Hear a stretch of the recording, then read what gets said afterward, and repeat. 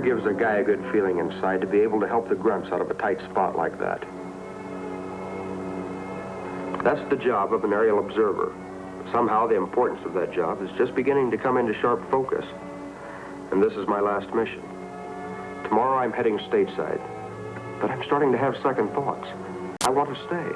I must be crazy. I keep thinking back to another day, a year ago, when I first arrived in Vietnam. How long ago that seems. I was going to be an aerial observer, the eyes in the sky for a Marine division. Our mission? To fly over enemy territory and spot the VC. In training, they told me an AO needs two things, an eagle eye and a bulletproof bottom. All I had was an eagle eye. No one ever forgets their first mission. We were to fly our chopper over a certain area ahead of a search and clear sweep. I don't mind telling you, when that chopper took off, I had chills in the old spine, and it wasn't cold in the bird. Sometimes we flew so close to the trees, we must have scared the monkeys. Other times we flew at 1,200 feet. And then I felt like the biggest flying bullseye in Vietnam. But the pilot knew what he was doing, and soon we were over our assigned territory looking for Charlie. He's not easy to find, unless you know what you're looking for. For example, if you see a herd of cows and one farmer, that's okay. But if that herd should have 10 or 12 farmers, you're looking at a VC crowd. Along the roads, a man on a bicycle might be a peasant. Or he also might be a VC on his way to his troops. Come on down for a closer look. They'll be picking up pieces of helicopter in 5 provinces. I'm trying to remember everything I've learned, scanning the Viet countryside and mentally preparing myself for machine gun fire from that massive jungle. And what happens? Nothing. We finish our mission and turn back. I'm a little let down. Is this what the real war is like? I've seen more action than this on the TV news shows every night. Back at the base, I find out the real scoop. The more experienced AOs tell me that 90% of my missions will be this way.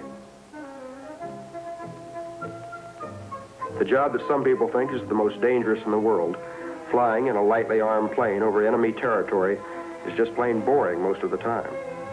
Oh yes, they tell you.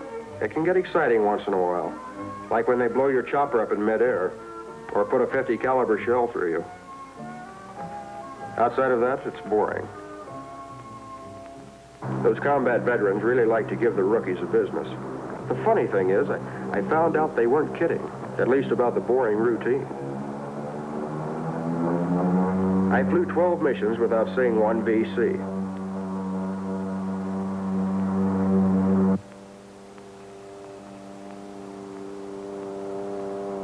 I flew visual reconnaissance missions, scanning the area ahead of our troops. I went on photo reconnaissance missions, photographing areas where Charlie was suspected.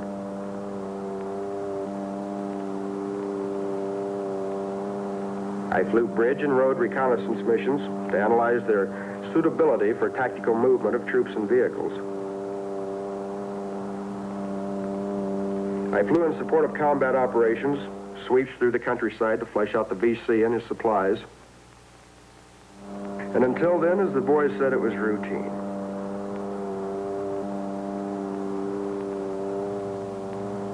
Until that 13th mission, Lucky 13. We were flying an OV-10 Bronco on a visual reconnaissance mission.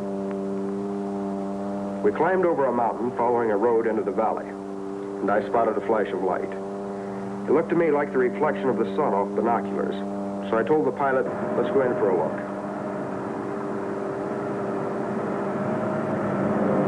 And that whole forest opened up. I got on the radio right away to give artillery the coordinates while the pilot was dipsy-doing away from the gunfire. He didn't quite make it. Bullets ripped through the plane. All of a sudden, I felt as if someone had kicked me in the shin. I looked down at my leg, and to my surprise, I saw blood. And my left arm was also bleeding. I hadn't even felt the hit in the arm. In that situation, I was worrying so hard I didn't even feel. We made it out of there. our big guns started booming on the target we'd given them. We must have paid Charlie back pretty good because I know we stumbled on a swarm of them. My wounds were superficial, as the doctors would say, but at least I now had the respect of the veterans. Somehow, none of my missions after that seemed boring, even when nothing happened. I got better at finding those elusive VC, and we scored some pretty good successes in my next missions. I grew to respect my fellow AOs more and more. The thing is, all of us know how important our job is to the troops. Time and again, we would spot VC concentrations in time to forestall an ambush, then save a truck convoy, or a platoon, or even a regiment on the march. And now for me, it's about over. My last mission. And the odds are that it will be routine. That's what I predicted to myself. But I'm the guy who bet against the Mets in the pennant race.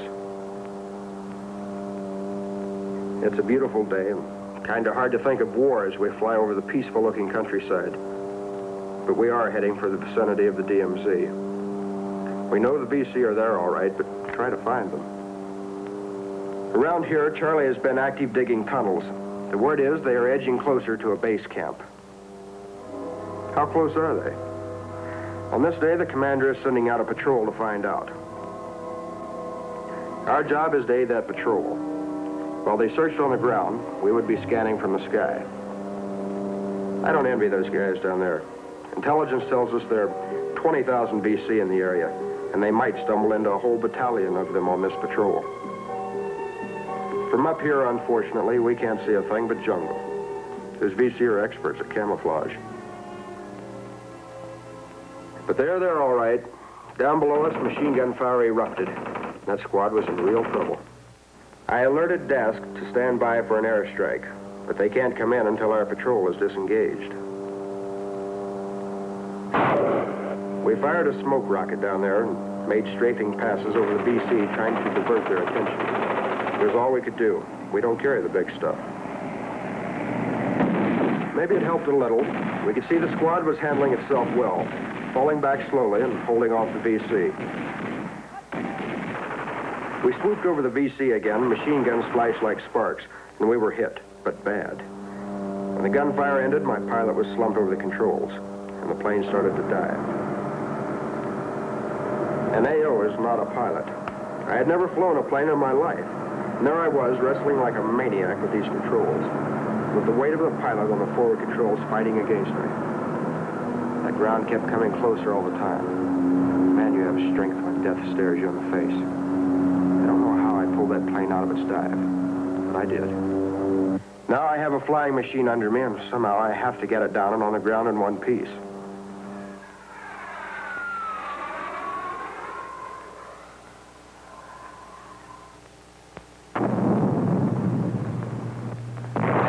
Was a success.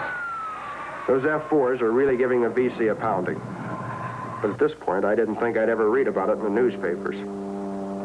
Da Nang Tower, this is Hostage Kane declaring an emergency. I'm inbound with 2 aircraft. The pilot of the lead aircraft is wounded and unconscious, and the AO in the backseat is flying the aircraft.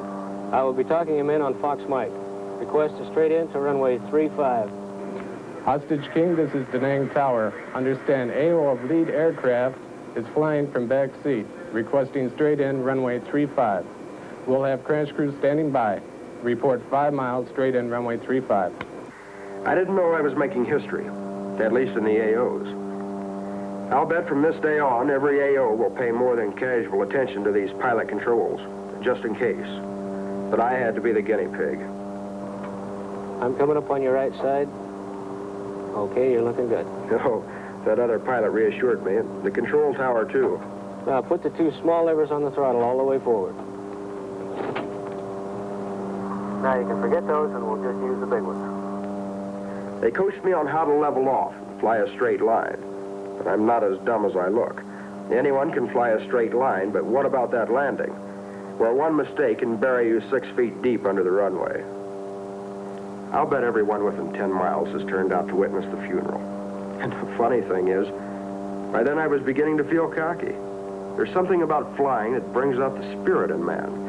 You get to feel like God up there. But the cockier I got, the more worried my friends became. By now, I was determined I was going to land this plane. Okay, it's time to dirty up. Pull the power back. Now, put the gear handle down.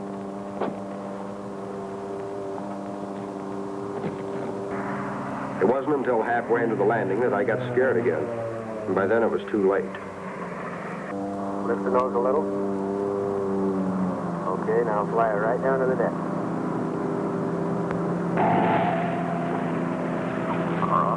All right. Reverse thrust. Sunlight brake. Just a little bit. Just keep it right down the run. Now all the way into reverse. Great job. Now just pull the small throttle lever all the way back.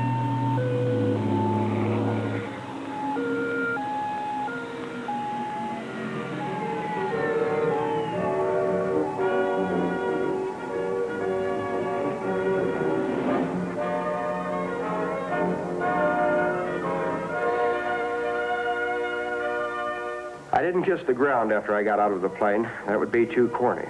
But I did hug those AOs who crowded around me. I was sure glad to be back with people again.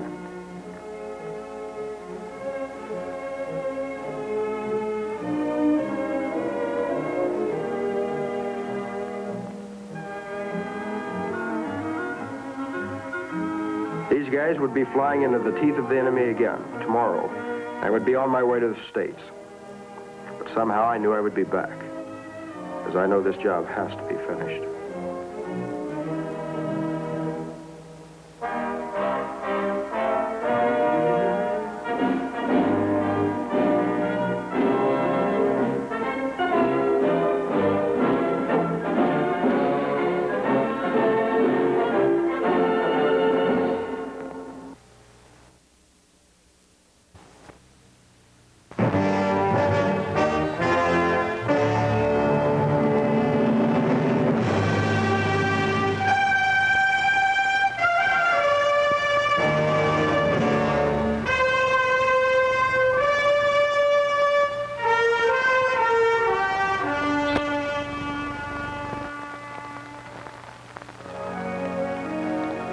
In the far west Pacific, the sun is just breaking over the China Sea.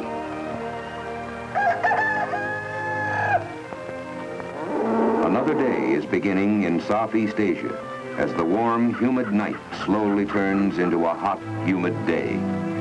If it were a different time and a different day, this quiet early morning countryside would be a thing of beauty. But it is today. Another day of war in Vietnam.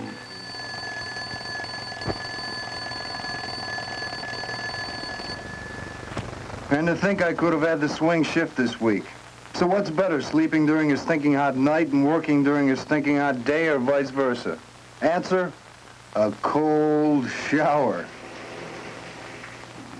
At the air bases, the long night's work is all but finished. Tired men